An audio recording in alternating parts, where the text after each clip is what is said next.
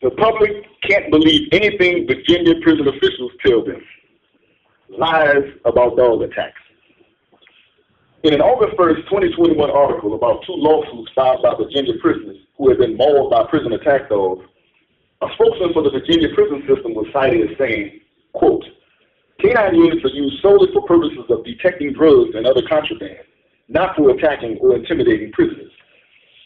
This quote came from the article by Keith Saunders, titled "Virginia Prison Guards Attack Prisoners with Dogs," from Prison Legal News, August 1, 2021. An outright lie.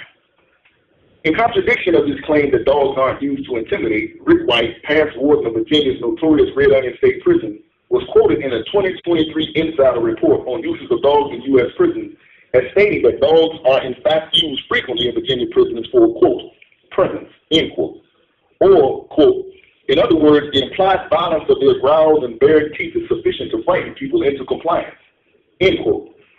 So dogs are definitely used to terrorize Virginia prisoners. They are also used no less often to attack them. In total contradiction of the denied uses of dogs to attack Virginia prisoners, the same Insider report, quote, was able to document 271 dog attacks in Virginia state prisons from 2017 to 2022 through court filings and incident reports, end quote. This is from the Insider report dated July 23, 2023 by Hannah Beckler, titled "Patrol Dogs Are Terrorizing and Mauling Prisoners Inside the United States."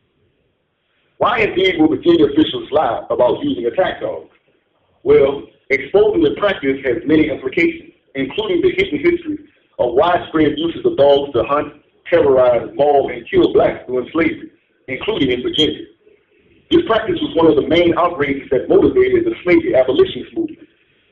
The barbarity of using dogs to maul humans was recognized even then, prompting British officials who used dogs in this manner against slaves in Jamaica to do exactly as Virginia officials are doing now. They lied. As one article noted, quote, "Their public defense insisted that dogs primarily intimidated rather than attacked," end quote. That quote came from the article by Tyler Perry titled "Slave Hounds and Abolition" from the publication Past and Present, number 246, February 2020. Indeed, the practice was criminalized and punished by execution when the same slave hounds were used by the Confederates against white Union soldiers.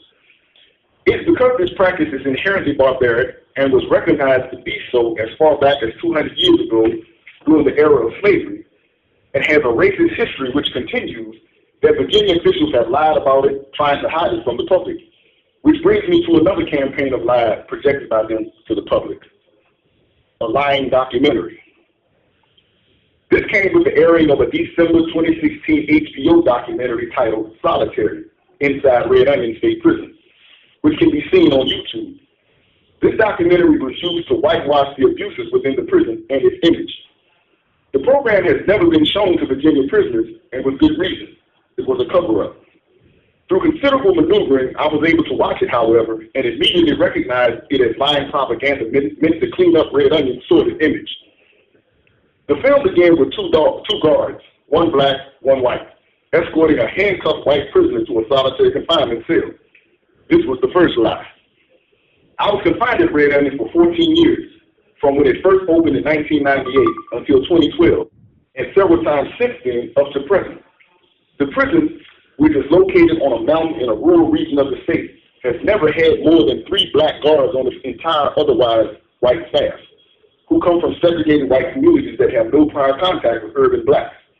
And its prisoner population has always been almost totally black. This racial dynamic has always been behind the prison's notorious history of extreme racist abuses of its prisoners. This is the dynamic and history these fabricated opening images were meant to hide, and continue throughout the documentary with the interviews of prisoners at Red Onion. 4 were white, 1 was black. Again, a dishonest representation of the actual demographic makeup of the prison's population. One of the interviewed white prisoners, Dennis Webb, whom I've known for decades and am in the block with as I write this, revealed to me that he and others were given free television by Red Onion's administrators for doing the interviews. These commentaries are recorded by Prison Radio.